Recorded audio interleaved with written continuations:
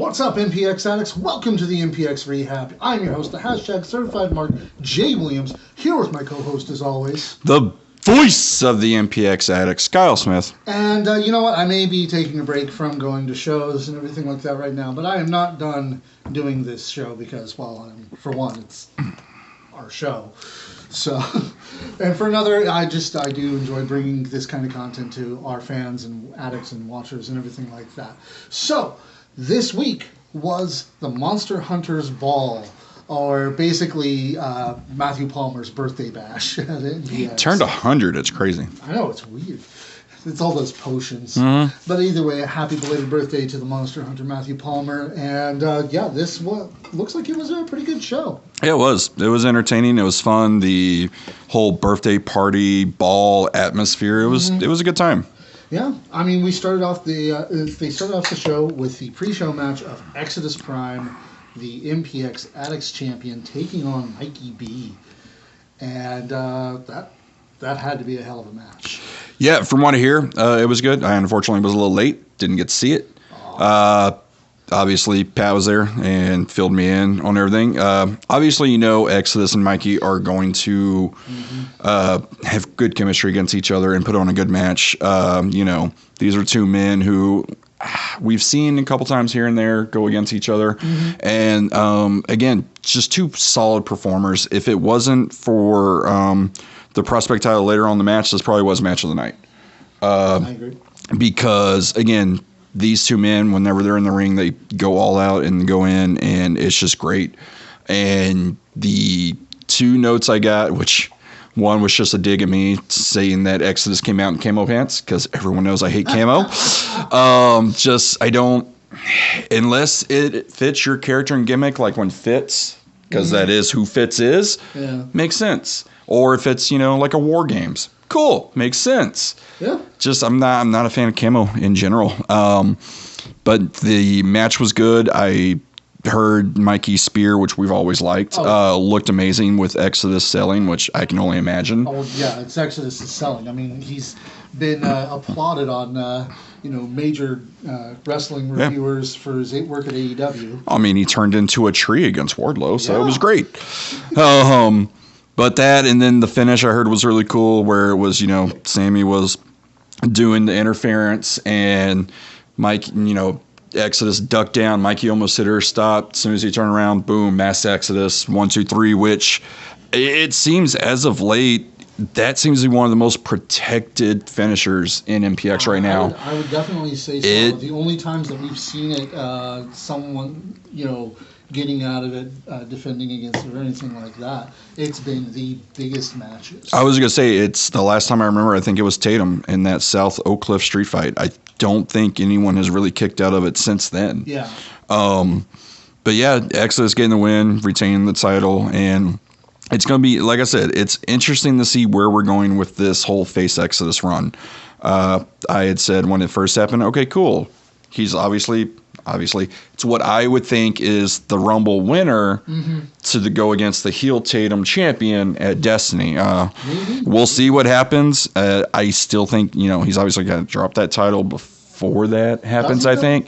He doesn't, but it just, to me, makes sense. I mean, if he holds that title and then goes on and takes that Tatum and takes the MPX championship, I mean, people would definitely have to acknowledge him then, right? Oh, of course. MPX is head of the table at that point. The MPX champion and the MPX champion, both sides. Yeah, prime 2 belts. Yeah. It's a thing, I guess. I don't know. Yeah. But yeah, I feel, and again, it's him and Kari. I'm still wanting and more of that. And I'm hoping we get something built to that, because, again, I think this is a great opportunity to finally kind of get Kari that singles title and kind of push him to where we all kind of view, at least some of us fans view, that Kari can do. I agree. But we are on the path to the MPX Texas Rumble. So we could see things develop there. We could see things develop after that. Yep. We'll see what happens there. I mean, I can imagine, Exodus loses the MPX Addicts Championship at the Rumble, and then later on that night goes on to prove that, I can snatch victory from defeat, become the number one contender, winning the Rumble. And then going on to defeat Tatum and becoming a face champion. Well, and I mean, yeah, and that's the thing too. We keep saying it's Tatum. Tatum's got a big opponent on X Factor with Matt Locke. That is true. I mean, Tatum still has to defend that title to get to Destiny. And Tatum's been out, so this is all our arm checking, booking. Yeah, that thing. Yeah, I'm trying to combine two words. Because again, I don't know why people give me a mic. I can't talk. But yeah, that's just our whole fantasy booking idea of where we think things happen because we've kind of watched enough wrestling and MPX to kind of know the layout of, the wrestling world in general is very circular. Things don't really deviate and things don't really change a lot. And I mean, when you have something like MPX and have people who book MPX the way it does and as good as it is, why fuck with the formula? I know, I agree. It's like, I don't think I've seen a Rumble winner lose at Destiny. I don't think that's happened.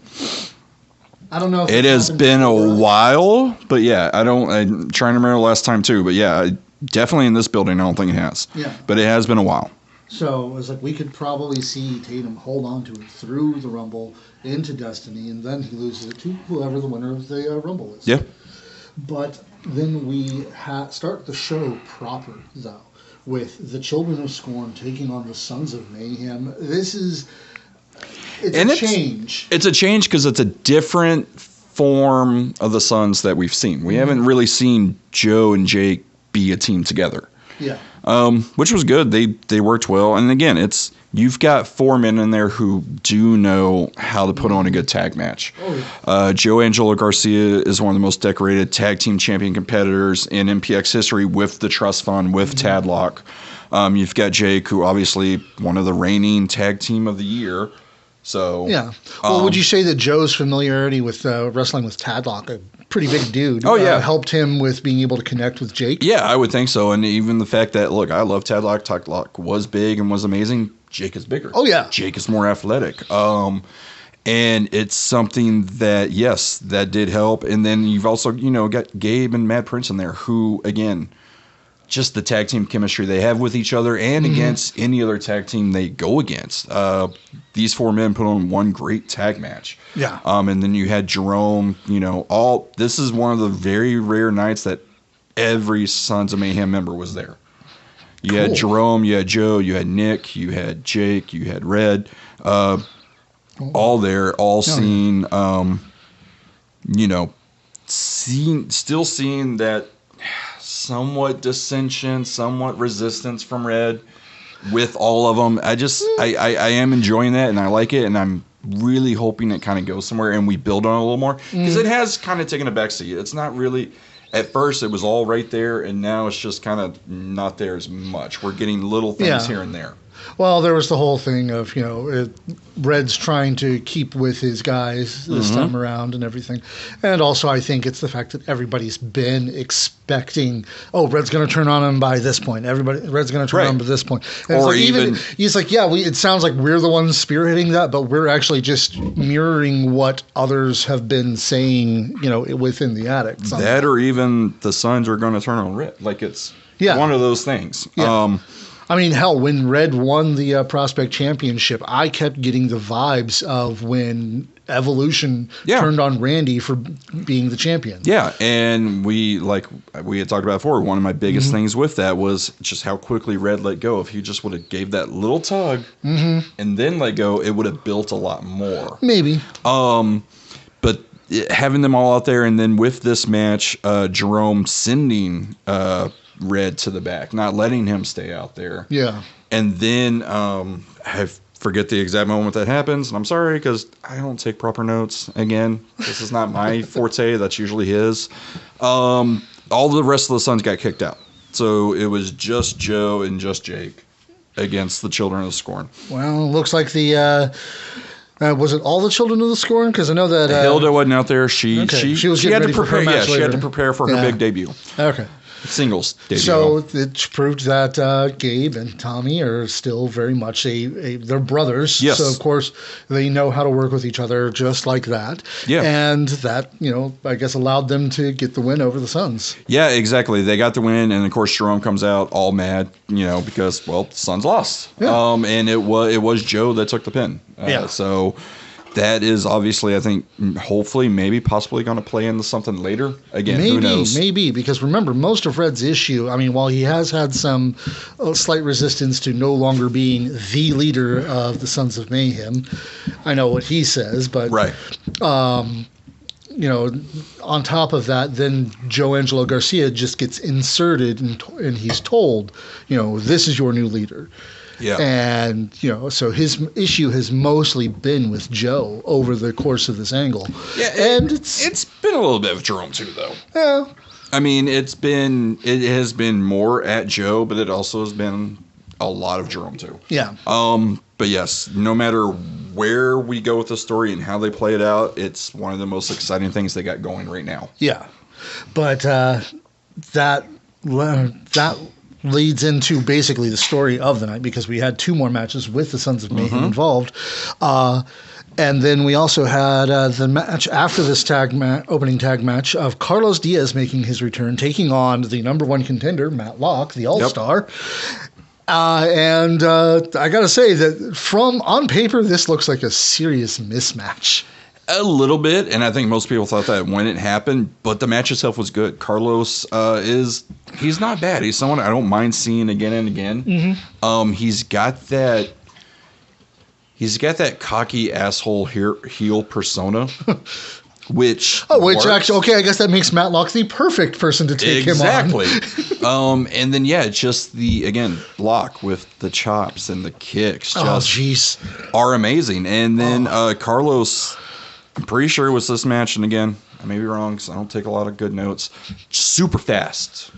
Mm-hmm. The way he moved around the ring, the way he ran the ropes, he's super fast. We'll talk about it later. Dylan, one of the most impressive debuts at MPX. Again, two guys who were just super fast. Yeah. And not even like a bad fast. Like we've talked about before, where sometimes they're too fast, like, they need to slow down, stuff like that.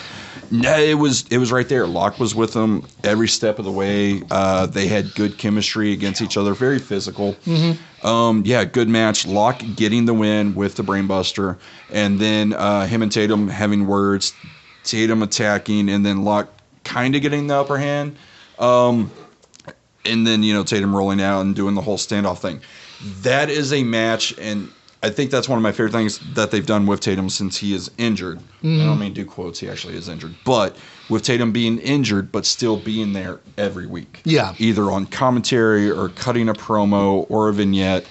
I've always enjoyed that because it reminds me of when Austin in WWE, the Attitude Era, was out a lot. He may have not been wrestling, but he was there every night, and it made you remember, yes, he is the guy. He is the face of the company, and that's what MPX is doing with Tatum, and the fact that they can do that, and the fact that Tatum is willing to be there every Saturday, even though he's not really doing anything, that's great. That's what I enjoy, especially when it's your champion. Even if he's not on the card wrestling, always have them there. It's that whole same thing as when we were talking about the Matthew Palmer versus JD Griffey thing. Yeah. They weren't always there and at each other's throats. One or the other of them was off doing something else half the time. Right. But, we had a constant reminder. JD would be there cutting a promo. We saw the vignette with Matthew Palmer. Yep. And just things kept happening to remind us that, hey, this is probably one of the biggest stories right now. Yeah. And so that worked out. And Tatum being able to actually be there week in and week out and actually push this rivalry with Matt Locke, definitely going to put it up there for 2023 Feud of the Year. Yeah. If it keeps going the way it's going. I was going to say Feud of the Year, they very well could have Match of the Year maybe. We'll see how it plays out, obviously. Because on paper, yes, it looks amazing. But then again, sometimes you get in there and what you think is going to be great isn't. I know while I enjoy them Taker and Austin matches, Undertaker has said in several promos he absolutely hated every time he was in there with Austin. He said the chemistry didn't feel right. Yeah, it's not that he didn't like Steve. It's just it's just he felt they did not mesh well and clash well and never had good matches. And I personally enjoyed a lot of their matches. Yeah. So it is going to always be different when you have two great guys like Tatum and Locke, and you have that match. You're like, oh, this is going to be amazing. And maybe the chemistry doesn't work out. Who knows? We'll see, but I do look forward to that match at X Factor a lot. Then we had the second where the Sons of Mayhem were represented. There we go. That is what I'm looking for. Where he took on Zero, and Zero won? There's a little, you can get all the notes, I guess. Yes, it's red. Most of this was copied from your notes to us. So. Oh, well, see, apparently, I'm not a good note taker. It's Red versus Zero. Immediately, all the Sons get told to go to the back by Jerome.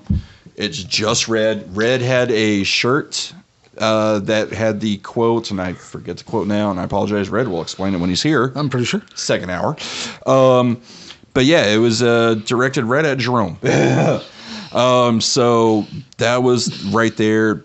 All the Sons got kicked out, and it was Red versus Zero. Zero came out. They had maybe 3 or 4 minutes, maybe 5, and then Jim Butcher came out and attacked Zero because obviously the last time they were both in the building together. Right. They don't really like each other. Butcher still got his anger at Zero. Exactly. So out to make the save is Matthew Palmer on his birthday. Because obviously Jim Butcher's a monster. Well, yeah. So you got to have a monster hunter, right? Well, if you're going to fight a monster, yeah. And sets up for the main event, Matthew Palmer versus Jim Butcher. But yeah, that is kind of how Zero won. He won by DQ. Okay, but hey, still a win. Still a win. Still a win in the books. Anybody who looks at the books is going to see 0 wins. I was going to say, so far, 2023 is not bad for Zero. No, not at all. Yeah. But then we had right after that, we had the final match represented by the Sons of Mayhem as the leader, the sensei of Sons of Mayhem, the MPX Prospect Champion. Making his second defense. Making a second defense. Making his second defense. No, it's only his first. It's the second defense of the belt. Yeah, no, it's all together. It's the Freebird rule, remember? You can Freebird your singles title, goddammit. So that means when it's all 4, that Red can go and win the MPX championship, right? It's whoever actually has it. Actually, that's a great idea. I would love that, actually. Get all 4, and then Red just takes it and cashes in because it's whoever has it. That's actually, I like that. Yeah. It won't happen, no, but I like it. But JD Griffey defending against the debuting Dylan Cavens. And actually, was it pronounced Cavens? Yes, Cavens. Okay. Because it's like, I've seen his name. Well, I was going to say, we had to get confirmation before we started that chant because I was not going to fuck it up. Yeah, because if it's Cavens and you're yelling Cavens, it's just like, seriously? Yep. No, yes, hands down, one of the most impressive debuts. The kid is good. He's so fucking good. Everything looked amazing. His placement, his footwork, his strikes, the speed, knowing where to be, how to be. There's been a lot of good graduates out of AP, All Pro, DFW All Pro, and this by far I think this kid has a future. Yes, he is a little on the kind of smaller side, but nowadays that doesn't really matter. Yeah, I was going to say, it's like that's not as big a deal as it used to be. It's not. And I was super, super impressed. It is someone I had seen the name and heard the name for a while, seen clips. I'm like, all right. And again, clips are what they are. You usually see just the best of what you need to see. And yes, he is in there against Jerome, who is one of the best. Yeah, you can't really ask for much better. Jerome will make anyone look good. But Cavens definitely made himself that night, and Jerome made him. That he is a star, and that was one of the things that I just happened to see Richard for like 2 minutes back in the back, and I was like, please tell me we have him more. And he's like, we are, just it is going to be a little bit. I mean, he's already fairly popular from what I saw. And that's what he said. He said he's already very booked, but we do get him some more at MPX, which I'm hoping, because again, he was made into a star. Even in defeat, Honestly, he was made into a star. That it's like I'd really like to see a lot more of him, and the fact that it's like honestly that is kind of one of our requirements for debut of the year usually. Yeah, and again, it is one thing. I know people think I hate all promo stuff. I really don't, because one of the things that I always like about the kids and the graduates that come out of that school, how nice they are and how respectful they are and just how good of people they are. And same with Kevin's amazing. Just a really, really good kid. And again, just want to see him more. Jerome got the win, obviously. Yeah. But again, it was at times you're sitting there thinking, holy crap, this could be a 1, 2, 3 kid, Razor Ramon type thing happening. That would be awesome. And it was, like I said, I can't praise him enough. I want to see him more. That's awesome. And then after that, we had another bunch of debuts, it looks like, because I don't know any of these names. Jared Meyer, Drew Castor taking on the O'Neills. Yeah. Short match, about maybe 5 minutes. Did not get to see a lot of it because this was the moment where I was talking to Richard at the time. From what I heard, it was pretty much kind of a squash. The O'Neills taking the win, kind of running them over. I want to say they're from Oklahoma. I don't really remember from the conversations. But yeah, it's, again, tag team wrestling. The more tag teams we get, and if they actually come back, I'm all for it. Cool. Yeah. I didn't hear anything super negative out of it, so I'm like, okay, cool. I was gonna say it's like I'm the one who's constantly talking about, it's like I really want to see more fresh blood in the tag team division, because I love the Sons of Mayhem, I love the Children of Scorn, the Lost Boys, but these are the same 3 teams we've seen for the past year and a half. Confident Cards. Well, I'm talking those 3 specifically. Okay. It's like, but now we have Purple Haze and Confident Cards, and now the O'Neills, if they come back and if they're as good as we're hoping. And there are teams out there that we obviously could. I mean, we could bring in the Chili Boys a lot more, maybe, possibly. I'm sorry that was your first thought. Mine was get Onyx and Zarek back. Yeah, get UFC in. There are tag teams that definitely are in the area that we could get a lot more again, and it's also. It is a lot of booking because the 2 teams we just mentioned, they are booked a lot. Yeah. So it's not like, let's just get them. They're busy. I mean, there's also Horsepower, who we've seen grow since they started as a tag team, and I honestly would love to see them in MPX, but they're everywhere. I don't remember their team name, which kind of sucks because we did it at Legacy, but Rook and Beckett. Oh, they were a fun tag team. The Noise. The Noise, yes. See? Yeah. I remember things. They were good, so I wouldn't mind seeing them. The Innocents. Definitely the Innocents. You're absolutely 100% right, James. MPX in the building ain't ready for the Innocents. I don't think so either, but you know what? That tag team division, I love our tag team division. I don't think they're ready for the Innocents. Yeah. I mean, especially with what they've been tearing up. I was like, I'm seeing a Mat War over next up, and just, jeez. Yep. But yeah, so that sounds. But then we had the match that I am sad I missed, but I will definitely be watching it this Friday on the network. $3 a month, get the first month for free. Go subscribe now. Erica Torres making her return and taking on in her sophomore match, first singles match, Hilda. Yeah, very good match. One of my great takeaways out of this is it was kind of like we talked about last time. The wig was gone. It was Hilda, natural hair. Didn't have to worry about that. Still looked great. Still looked good. The match itself was good.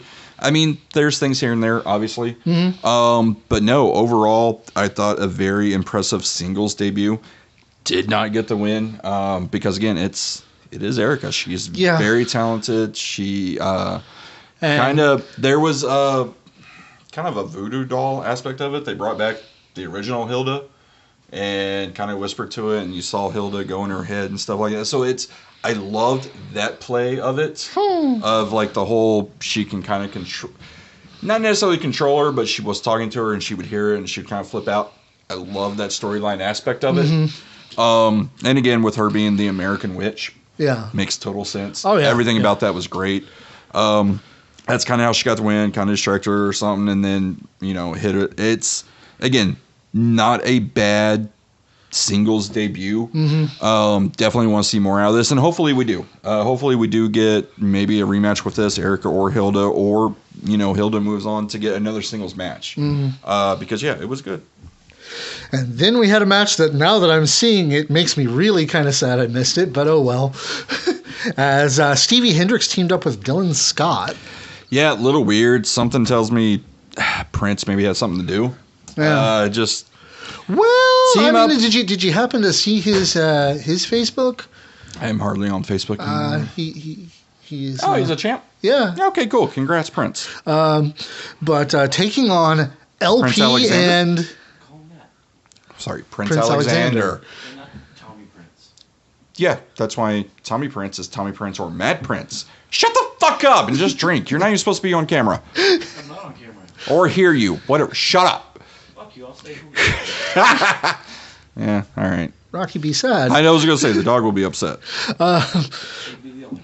But LP and Michael Schaefer, the manliest men the Kingsmen, whatever you want to call them, now the entourage as the leading man and his agent Yes. took to the ring teaming up again. Man, I have wanted to see that for a while, and I'm sad I missed it, but like I said, oh well. Not bad. It has been a while for Larry or LP, and you could kind of see it here and there. But again, match itself, again, like you said, Kingsman, Manliest Man, Entourage, whatever you want to call them, great tag team. They know each other so well. Going in there against Stevie and Dylan, yeah, they're okay. Just, again, matchup's a little weird. They don't really know each other. But I think the thing that I realized most about this is, one, yes, it's great to have LP and Schaefer back as a team. That's hands down one of the most amazing things. I shouldn't be shocked anymore, but it's the charisma that Stevie Hendricks has. Oh, yeah. It literally is just electrifying, and it's so intoxicating and contagious. When he's out there, you just feel it. And that is one of the best things that he has going. He is good in the ring as a competitor, but his charisma, it's kind of unmatched for me with a lot of people at MPX. Stevie is just good. That is absolutely true. Dylan Scott's getting up there as well. Yeah, he's gotten a lot better than the last time we saw him. There's still things here and there, and it's probably, I kind of judge taller people a little harsher, I guess, because it is very hard to find good tall wrestlers, good big guy wrestlers. That is true. It is, as a tall person, we are not very coordinated. And that is something at times you can kind of see. He's not bad. And like you said, he has gotten better, and it's something that kind of, I was joking, but I'm also serious. I would like to see him more. I'd like to see Mason more. I would like to see Corey. I would like to see the Chili Boys, and I guess the Dragon is officially part of them now. Yeah, and I think did Corey leave the Chili Boys? I don't know. I have no idea what's going on with that. But I wouldn't mind having a singles heel Corey run. That would be amazing. Yeah. Yeah, we have it later. Yeah. Oh, okay. Yeah. We're just not there yet, but we do have it. Yeah. And then, of course, the main event that you talked about, leading in from Jim Butcher's attack on Zero earlier in the night, Matthew Palmer, the Monster Hunter, taking him on in the main event. Yep. I guess this would be the ultimate celebration of his birthday. Yeah, essentially, match was good.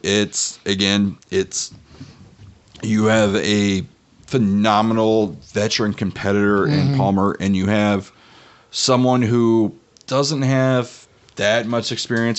Don't get me wrong, he actually has a lot of experience for how little he's been in and the type of matches and type of opponents he's been in there with. It was good. It was your stereotypical small guy, big guy fight. Well, this is his fourth year. I mean, his rookie year was 4 years ago. Has it only been 4 years? Yeah. See, I was thinking 6 or 7. Yeah, it's been 4? Wow. Okay. But yeah, no, again, that's even more impressive. The matches he's had and the competitors he's had in 4 years and how good he is. Palmer and Butcher, good match, decent. And Palmer getting the win. And it's one of those that it was like a 1, 2, 3 and an immediate kind of kick out. So it still made Butcher look strong. Yeah. In defeat, and then Palmer immediately rolling out to celebrate and everything. I liked it. I thought it was good. The only thing is, I guess depending what you're doing with Zero and Butcher, maybe would have had Zero come out to kind of do something or distract, and then Palmer get the win. I just to me it kind of killed. He was drinking to cure his injuries. Maybe because that's the thing. It just to me it kind of killed that storyline with Zero and Butcher if Zero doesn't come back out. Yeah. So to show that he's giving what he got. Yeah, exactly. Do we want to talk about Matt Ward next, or? Yeah, up to you. You're okay for the host. But that was, of course, the Monster Hunters Ball, which it sounds like it was a really great show, and I'm glad everybody enjoyed it. Yeah, it was fun. Again, it's very rarely in your MPX shells, whatever. Fuck off. It's very rarely have I ever left MPX feeling that wasn't worth my money or that was a bad show. Yeah, there may be a bad match here or there. But overall, MPX has always been fun. MPX has always been entertaining. That's one thing I've always said that I argued with my ex a lot is even if you don't like wrestling, if you go to MPX, you have fun. Mm-hmm. And I feel that's how we get a lot of our addicts. There was one last week that he was there for Cavin's. And he was like, oh, this is cool and it's fun. I might come back. Then that's what you should do. You always try to bring your friends to MPX. Because, again, even if they don't like wrestling, they'll have a good time. Oh, yeah. I mean, that's how we got the front row girls. Yeah, essentially, They weren't really wrestling fans, and then they got dragged to MPX, and, well, now they're Yep. here all the time. They're there all the time. Yeah. Until they go off to college and leave all of us. So, and then we'll just fill it in with more people, because that's what MPX, in the years I've gone, from the old building to the new building, some people go, some people come back, and then it's just, again, it's always a good time, it's always fun, and for the most part, it's usually always full. Yes, you have your shows like Texas Rumble will be standing room only. Yeah. It'll be sold out. You have other shows that, maybe not as much, but again, it's always good crowds, always fun, the atmosphere is always great, and like I said, with the whole party, Matthew Palmer, 100 celebration, Monster Ball, whatever it is, that atmosphere was fun. It's just an environment that's good to be in. Whenever I have felt down or depressed or not myself, even if I didn't want to go to the MPX and I forced myself to go, I always had fun for those 3 hours or so because it's an escape. It's great. All right, and then that wasn't the only wrestling we had this last weekend. We had Mount War Pro having their second show, Brawl at the Hall. And from the look of this was a pretty stacked card. I mean, I recognize a lot of these names, and that sounds like it was pretty awesome. Yeah, it's fun. I've like we've talked about with Mount War Pro before, when we talked about their first show, I enjoy the difference. I enjoy what they're trying to do with the whole big fight, boxing, UFC type entrances and post-fight interviews.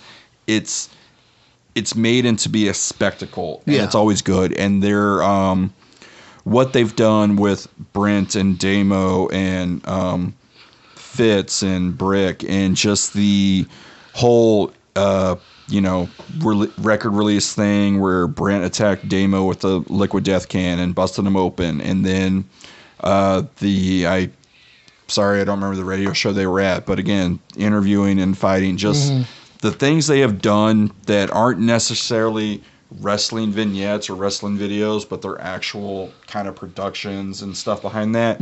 Their social marketing, I think, is good. I enjoy what they're doing, and I hope they continue and be successful. The Southwest Preservation Hall is interesting. I don't know. For me, it was a little weird, the setup and everything. I believe, and I don't know if it's been announced yet, and forgive me if I say spoilers, but I believe in a month or two, Lucha Brutal is running out of that same building. I believe so, yeah. So it'll be interesting to see how they set up. Yeah. But overall, like I said, I enjoy what Matt War Pro does with the whole big fight atmosphere that they are creating with the whole fight doctor and checking the tape before they actually make their entrance, with Cody Cox doing a big kind of boxing style entrance and post fight interviews after. I dig it. I mean, that is Cody for one. Yes. Yeah. But let's see, we had Helio Guerra versus Chris Lyons. Yes, and for me, there was a lot of good stuff on this card. For me personally, I think this was match of the night. This was just one of the more physical ones as far as the strikes and slaps and kicks and punches they were doing with each other, and just also the technicality and that chain grapple wrestling, which is one of my favorites. Thoroughly enjoyed this match. I would love to see Chris Lyons a lot more in our area. I want to say he's from Houston. I don't exactly know for sure, but Chris Lyons was impressive as hell, and I dug everything about him, from the heel cocky persona he had to where he did not like any of the fans. He didn't like or respect his opponent. Yeah. The strikes he had, it was kind of like Japan style, really, with the strikes and the you have to earn my respect type thing. Yeah. And apparently, and I didn't see, apparently Helio and Lyons were going back and forth on social media and stuff like that. So again, building up the match, and then the match happened. Like I said, thoroughly enjoyed it. Probably my match of the night.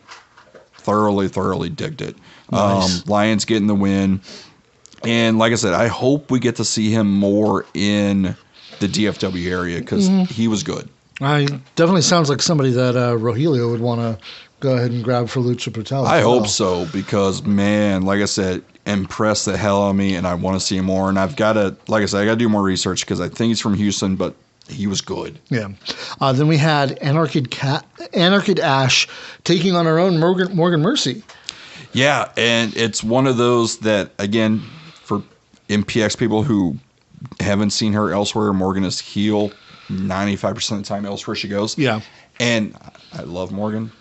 Better heel. She is amazing at heel. Her heel work and the way she carries and presents herself, amazing. Always love Morgan as a heel.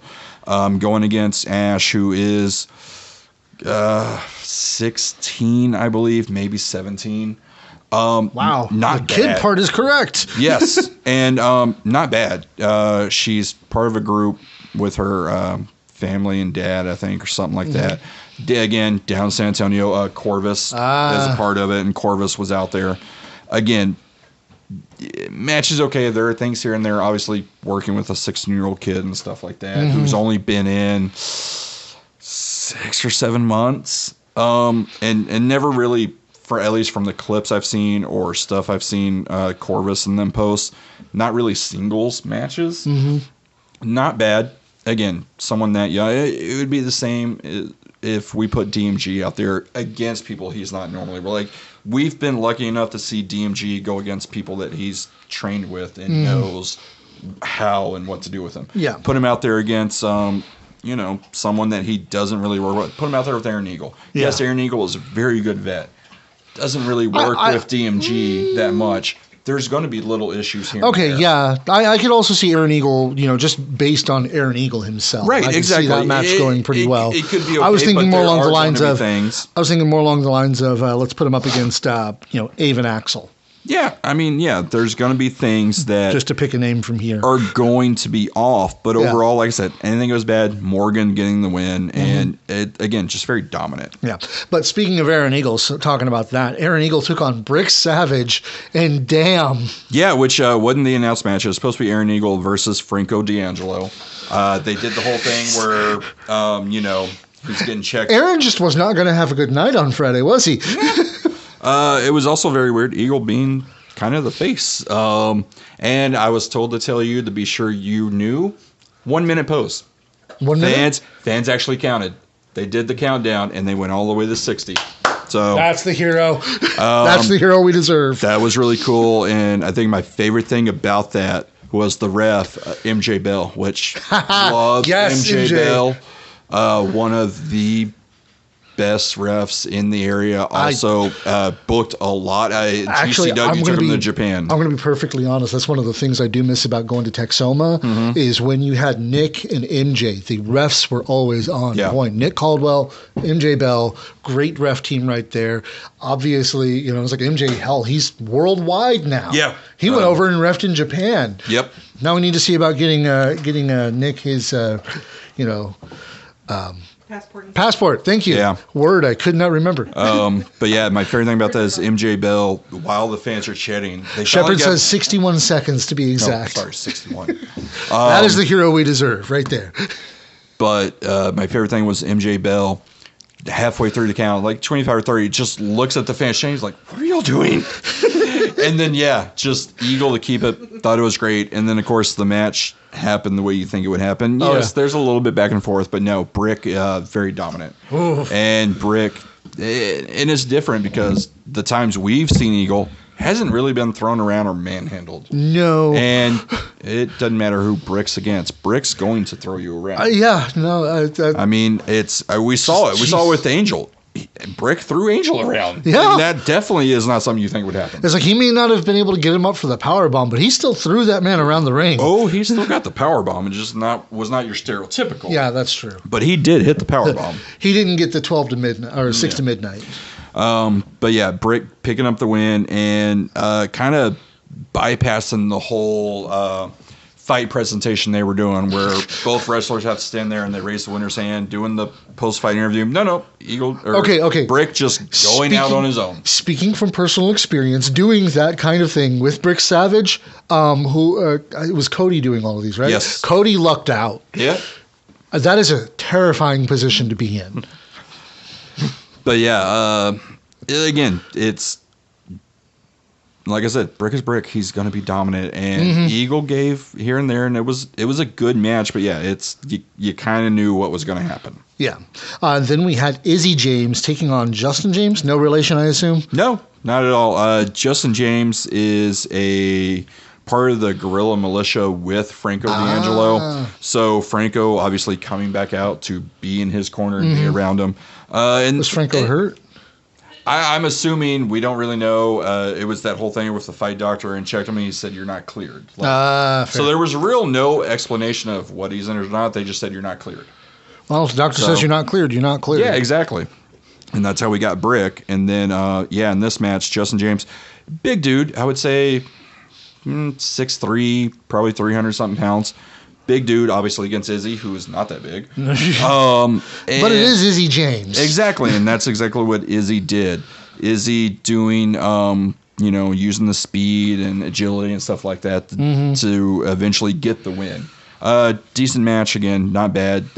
A lot of this, I'll be honest, is with the exception of the first match, and the main event, which we'll get into, there's not really a lot to write about or talk about. Like they were solid matches. A lot of them dealing with either knockouts or submissions because that's kind of Matt War Pro's thing. Yes, they have pinfalls. They're looking to make it more pro wrestling, but UFC or UFC. Yeah, and like I said, a lot of them are submissions or knockouts and stuff. Dear like Tony that. Khan, take some notes. Yeah, but overall, like I said, decent match, not bad. Izzy getting the win, who was technically their debut match was Izzy and Shane Taylor, so that's kind of what he has, a nice history with Matt War Pro.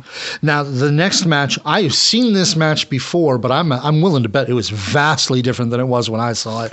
Ooh. Shane Taylor taking on Stonewall Rimson. Yeah, and you're gonna hate me. I didn't really get to see this.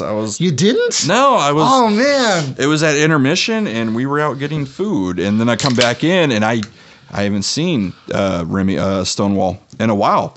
And I was like, oh, who's in the ring against Shane Taylor? And I hadn't recognized him and didn't see him. You didn't think about it, and so therefore and watch closely. Yeah, and so I saw the knockout by Shane Taylor, and I'm like, oh, all right. From what I saw, it didn't look bad. And then it was afterwards I saw him. I was like, oh, hey, how's it going? What are you doing here? He goes, oh, I fought Shane Taylor. I was like, oh, shit, that was you? Yeah. I was like, damn, from what I saw, it looked good. I can only imagine this. Like I said, Rimson just come out of Dustin Rhodes' school. Yeah. I'm willing to bet this was a vastly different beast of a fight than it was the first time. And the first time already had Stonewall throwing Shane Taylor around the ring. Something that doesn't happen. Yeah, and that was the thing. One thing I did notice that I was shocked at is he kind of picked him up and held a sidewalk slam for a little bit and then dropped down. I was like, oh, that's pretty powerful. That's good. Like I said, from what I saw, good match here and there. But yeah, Taylor Shane Taylor, he's always been famous for it, that kind of knockout punch, and Yeah. nailed it, and then boom, done. That's why I do my best not to piss off Shane Taylor. The the whole fight doctor or whatever is like, no, he's out, he's done. Just again, I do like that aspect. I really do enjoy. It makes it feel like a fight. Yeah, it makes it feel like a fight, and it's also different. Like, I know I'm sounding contradictory because I just said earlier, wrestling circular, you don't really change the formula, stuff like that. But when you can change it a little and still make it entertaining and enjoyable while in a wrestling aspect, I think it's good. Here's the thing with a show like this. I mean, it's using the formula to change the formula. It's that age-old saying of to really be able to break the rules, you have to know the rules first. Learn the rules, then you can change it. Right, and there's also cannot remember the match, but there is a part where the ref got distracted and someone bit their. I think it was Izzy James. Ref got distracted by Franco. Izzy bit Justin to kind of do something, and then got the win. And it's one of those where it's like, you cheated. Yeah, technically yes, but the ref didn't see it, so it works. Yeah, any port in a storm. If the ref doesn't see it, it's still pro wrestling. It's not that whole thing where you've got judges sitting on the outside, not judging every hit. Which and that was the thing. They didn't do it this show, but I believe it was the last show. Yeah, the fight. They had judges that had to make a call on a match, which I thought was brilliant. So I do like what they're trying to do and the aspect they're changing. This is only their second show. There is a lot they can do better and things that hopefully they will fix. It's growing pains. This is the sophomore show. They're starting to get into their stride. The next show, I believe, is March 31st. Yes, which of course definitely means I'm not going to be there. Which I think it is. I think it's back at Martin Brewhouse. Which again, Martin Brewhouse was out there, free beer until supplies ran out. So nice, very good. Again, I wish I could make it, but Matt War Pro shows are good. You should check them out. Again, it's one of those where even looking at cards and stuff like that, you're like, maybe not. But with the 2 times I've gone, I've had fun. It's always been cool. That's awesome. But then after that, we had Avon Axel, Christopher Hayden. This is another, like I was talking about with Carlos Diaz and Matt Locke. Seems like a bit of a mismatch. A little bit, but again, very, very solid worked match. Again, didn't see a whole lot of it. Saw bits and pieces, but yes, it was a good worked match. You've got Hayden, who is a vet who has a lot of experience. Avon Axel, again, a vet, not that bad. For people who don't know who Avon Axel is, he's a lot like Zero in a way. I was going to say, it's like, if you want to know who Avon Axel is, go watch our video, our commentating on Legacy Pro. Yeah, and Legacy Texas. It's very someone who is a very solid performer, decent in the ring, doesn't get a lot of recognition for how good he is, and just also character-wise, he's kind of like Zero. It's because everybody, it's the whole same problem as Zero. Everybody looks at him and goes, it's like, oh, he's a scrappy little fighter, but he's just going to get squashed. That's his entire purpose. Same with like Spike. Right. Back in the day. Exactly. But again, solid performer, good in the ring. Outcome did surprise me a little bit because it is Hayden and Axel, who does not have the best win-loss record. No. Overall. Right. We're talking all promotions. Exactly. Hayden missing a kick over the ropes, kind of wrenching his knee. Axel taking advantage, hooked on a leg lock or a leg bar and got the submission. Hayden tapped. Avon Axel won, and it's kind of like, oh, that's kind of surprising. But yeah, it was like I said, it was a solid match. It's nothing spectacular, but it was good. And then we have somebody I've actually wanted to see them in the ring for a while. Manimal taking on Brawler Morrison, who we've seen before. Yes, we have seen Brawler Morrison before at MPX. Is he better than he was? Slimmed down. Yeah. Oh, okay, good. Yeah, he slimmed down. Still, I never minded Brawler when he was at MPX. I just wanted to see more. It was one of those where I'm holding off judgment because I see glimpses of like, it could be good. I just want to see more. Yeah. Did okay. Manimal, I'm not a fan of. I've seen him a couple times, and the last time I met War Pro just didn't really excite me. And just not a fan. But Manimal getting the win. Again, all right match, just nothing great. Yeah, and then of course you have the longest running angle of Matt War Pro, Brent McKenzie taking on Damo McCullough, and Yeah, this is a great blood feud. These two men absolutely do not like each other. yeah, Neither do the tag partners in Fitz and Savage. Obviously, Brick being there. Fitz not. And Brick came out with Damo, and then of course they did a little, fist bump, and Brick goes to the back. So it's literally Damo by himself, which is good. And it's they're two guys that like to work together, but they know that they can handle their business. Exactly. And it was great. One, Damo got an amazing reaction, which was so cool to see. No one liked Brent. Again, great, because that's the whole point. I think they finally started to lean into in this matchup, the innocence of the faces. Exactly. Because the first show was a little mixed. Yeah. This show not mixed at all. Oh, no. And again, just physical, two gigantic big men beating the fuck out of each other. Loved it.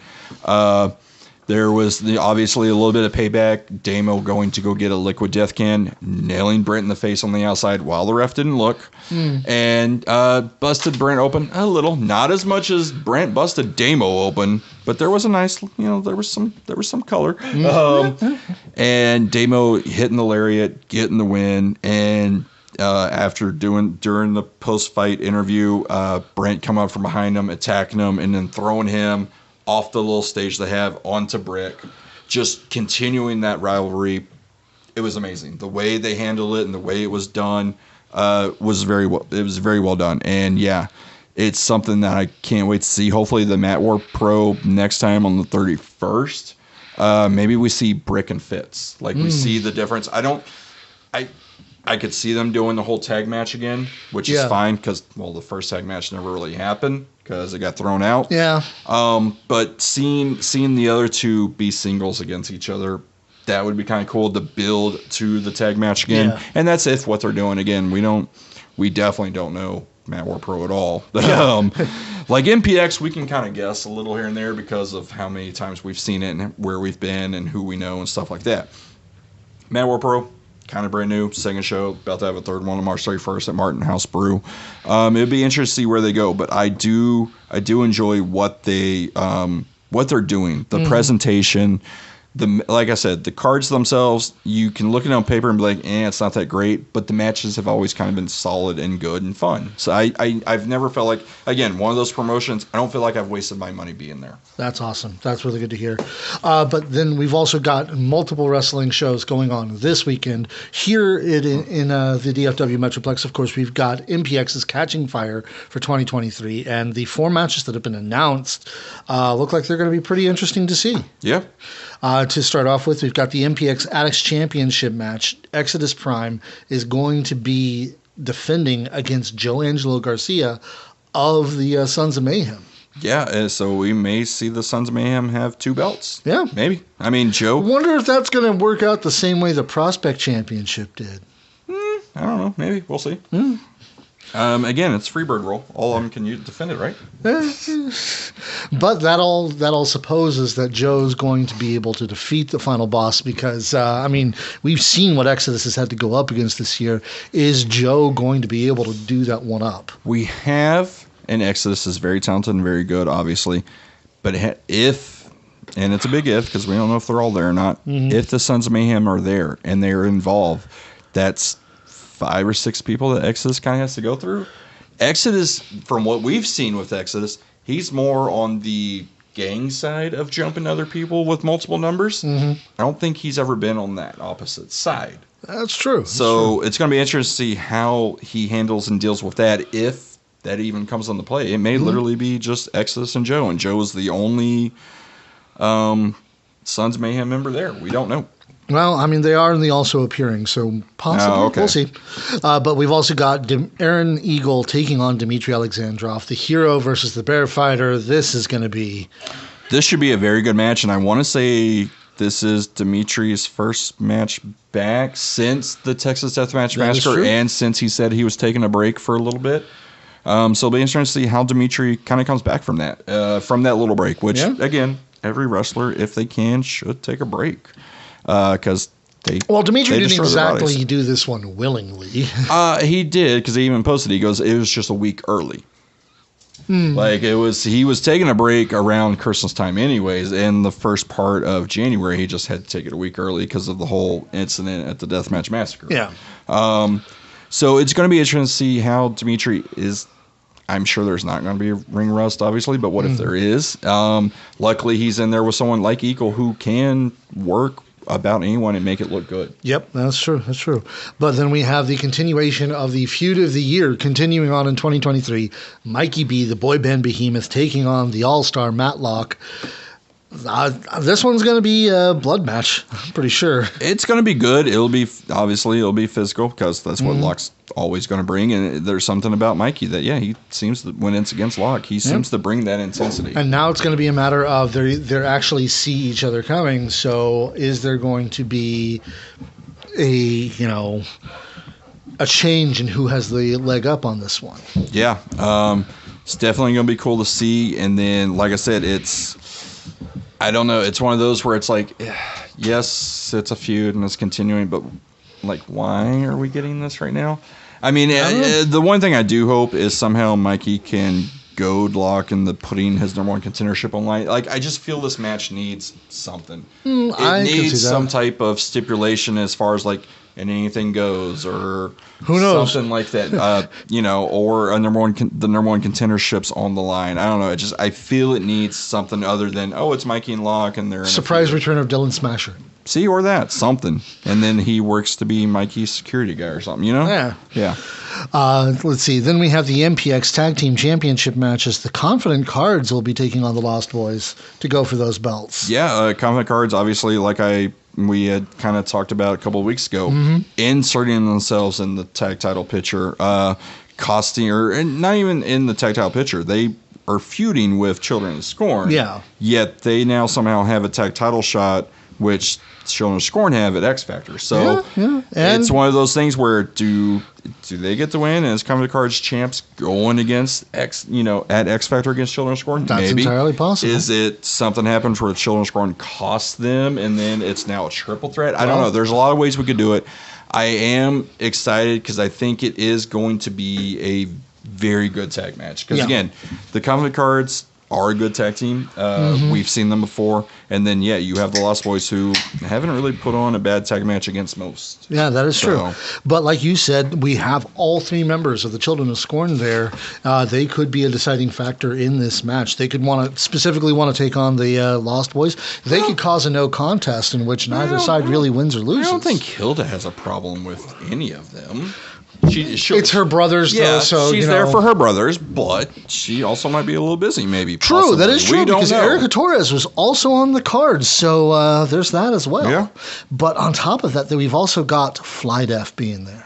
That's going to be exciting because it's hopefully, at least looking at this, it's either going to be Fly Def and the Sons or Fly Def and Children of Scorn or maybe a triple threat tag. That's exciting.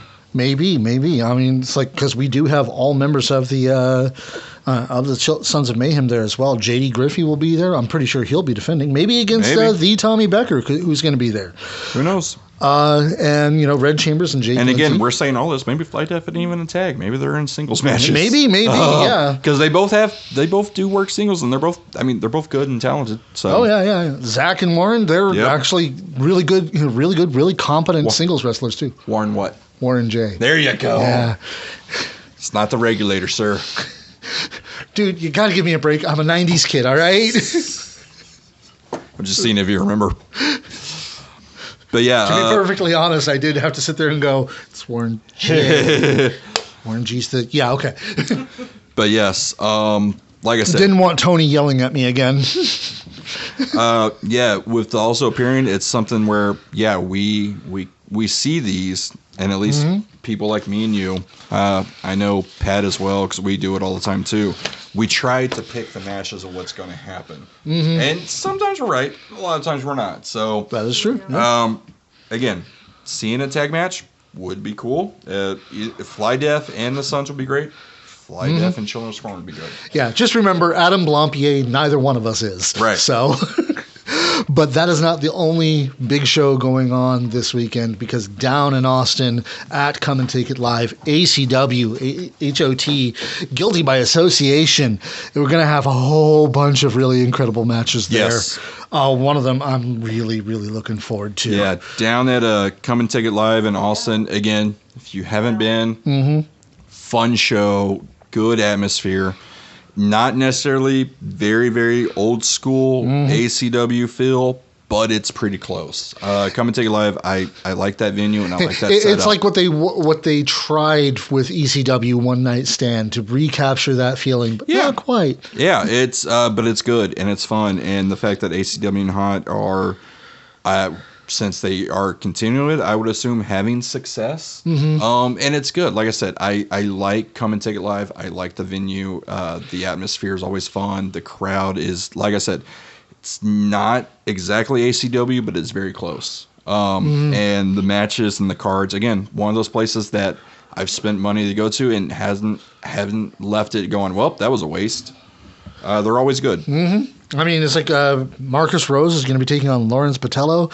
Is Marcus Rose actually going to compete this time? Yeah, we'll see. Yeah. I mean, he had an issue last time. It's legit. But yeah, no, Marcus and Lawrence should be exciting. Should be pretty good. Obviously, the Law, Lawrence. Last time we saw him, and even at the Deathmatch Massacre, he's one of those that every time you see him, he gets better. So yeah, it should be really good. Yep. Then we've also got Matlock versus Gabe Wilder, the Rugged One and the All-Star in a death match, which is going to mean something completely different at ACW. Yes, it is. Both these men are going to bleed a lot, and it's going to be great. It's going to be painful. And it's Gabe's first death match. Yes, and Gabe is super excited for it and has wanted it and begged for it ever since he went to his first ACW show. And it is going to be, again, super excited for this match. There is a match later on we talk about that everyone thinks is what I'm super excited for and that I think is going to be the best match there. This, to me, I think because I know how much Gabe wanted it and how much Locke has wanted a death match too. He's only had the one, and it was an MPX Texas death match, but not an ACW. And there are different. Vastly different. There is difference in ACW death matches and MPX death matches. So I know how bad Locke wants this too, and these two men already beat the fuck out of each other without weapons. To see them have weapons and to be able to use this and make each other bleed, this to me is what I look forward to the most on this show. Yeah. Well, speaking of things we're looking forward to, the Anarchy Televised Championship match between Brick Savage, the ACW Televised Champion, and Remedy. While yes, this is amazing and you look forward to it, I am terrified of this match. I am terrified these two men one of them is going to die. The other one will kill them. Okay, yeah, I can see that happening, but it's just I feel like Ken Watanabe from the Godzilla movie. Let them fight. I fear a lot of people actually. Let's be honest. I'm kind of a scaredy cat. No two men have ever made me fear for my life more than Remedy and Brick. Just personally, these two men, everyone has seen my issues with Brick. Terrifies me. That man will kill me one day, and I fully probably deserve it. Quit calling him small. Remedy is another one who, the first time I saw him and had a little interaction with him, terrified me to death. These are two men that, I don't know that one of them is literally going to walk out. It's going to be interesting. And then also in Remedy's corner, Steve DeMarco coming back, making an appearance at Anarchy in Remedy's corner. GSL somewhat kind of coming back to life. It's going to be interesting what happens because, again, Brick hasn't been on a dominant tear. Yeah, it's going to be interesting to see. But then we've also got the Mad Prince taking on Jojo Bravo. It's on the card as Jojo Bravo. I know, and that is what he is doing. He's going back to that. I really liked the J Serious name and the J Serious persona of a pure technical wrestler that he was doing. Yeah. But yes, this match is going to be good. It's, I think, as good as Mad Prince is, Tommy Prince is, I think being in somewhere being in there with JoJo is going to help him so much and just get like a lot better, and which is weird to say because he is good and he is very talented. Yeah. But when you witness, and I know you said you've had issues watching JoJo and stuff like that, he's so good to me. He's so smooth and slick, and the technicality he has. I think Mad Prince is going to learn a lot in this. I hope so. I hope it's a really good match. Then we got, let's see, Jeff Gantz having an open challenge. Which I'm assuming is for the ACW championship, because Jeff is their ACW heavyweight champion. Probably. So that'll be interesting to see who answers that. Yep. Has to be a former ACW champion in order to accept that challenge. So that's going to be interesting. That will be interesting. Let's see. We've also got Jet Lion taking on Barrett Brown at ACW. A little weird to me, I think. Jet Lion I've seen once. Enjoy. Not bad. But it's Barrett the Brown. other Jet is, real big on him, so he'll probably be there too. Probably will. It's close to Waco. Yeah. Why you want to live in Waco? I still never fucking I have understand. no clue. I don't understand. Apparently, one of Barrett's recent promos has him pretty much saying that he's going into the business for himself with his match. Yeah, makes sense. That is the Barrett Brown we have at ACW now, and hot since he turned on the wobble, which God bless you, Barrett, for that. Yes. But then we've also got the triple threat ACW Hardcore Championship match as the Blood of Texas. Aaron Mercer will be taking on Stallion Rogers and Mysterious Q. Yeah, Stallion Rogers, obviously very, very ingrained in the ACW lore and history and everything like that. And then you got Mercer coming off that Deathmatch Massacre win tournament, being the defending Hardcore champion. The wild card here for me is Mysterious Q. How is he going to handle with this? Yeah. But again, that's going to be a really solid match. Yeah, looking forward to that one. But then there's the one that everybody's pretty sure you're going to be just which I said so excited about. Which I'll keep it PG. So excited about. I am. Which I said I am excited for this match. But again, everyone knows I'm excited for this match. But to me, Locke and Gabe, I'm most excited for. But yes, the barbed wire rope match, Dmitry Alexandrov versus Sky De La Cremosa, the excessive tribe exploding and infighting. It's going to be great. I just hope, and again, it's very minute, and I complained about it at the Texas Deathmatch Massacre, the ropes. They have to do the barbed wire rope match correctly. And knowing these two men, they are going to do it correctly. Even if they try not to, they're going to say, no, fuck off, do it this way. Because there is a way to do the ropes that is actually true. True barbed wire rope match is literally barbed wires. Take the ring ropes off. The last Texas Massacre, it's literally just barbed wire wrapped around the ring ropes. No, that's not it. That's not a barbed wire match. Hopefully, we get it the proper way. And like I said, knowing these two, they are going to fight and make sure it is that way. Well, there is also the whole thing of whether this is going, how much time that's going to take. But then again, this is ACW. We're used ring to ropes. It doesn't take that much to take off. And then, exactly. We're used to it taking it forever anyway. Yeah. And then, of course, there's the singles matches. Dan the Man Ziggler will be taking on James Claxton. Love Dan the Man. He's always entertaining. Always hilarious. Claxton's going to kill him. Oh, yeah. But again, it'll be entertaining. Oh, yeah. And then also, because it's not on there, but I do remember it, JT LaMotta being inducted into the ACW. Oh, yeah. I forgot what it's called, the Hall of Fame or something like that. Elite. Yeah, the Anarchy Elite. That's, again, going to be entertaining and good and well-deserved. Yeah. But that's going to be a lot of exciting wrestling. Make sure you have your tickets for that. Make sure you get yourself down to Austin for ACW because it's going to be super, super exciting. Yep. But that's all we've got for right now. We've got to go ahead and cut out now because we've got to set up for having the MPX 2022 Tag Team of the Year in the studio with us. Yes, all three Sons is going to be great. All three? Oh, geez. Better be. If they're not all here, we're not doing a show, remember? They all three had to be here. I remember That's you saying right. that. It's in the contract. I also remember them saying, well, fuck you. But, so we'll see. We'll see y'all at 8:30, ladies and gentlemen. Mark out.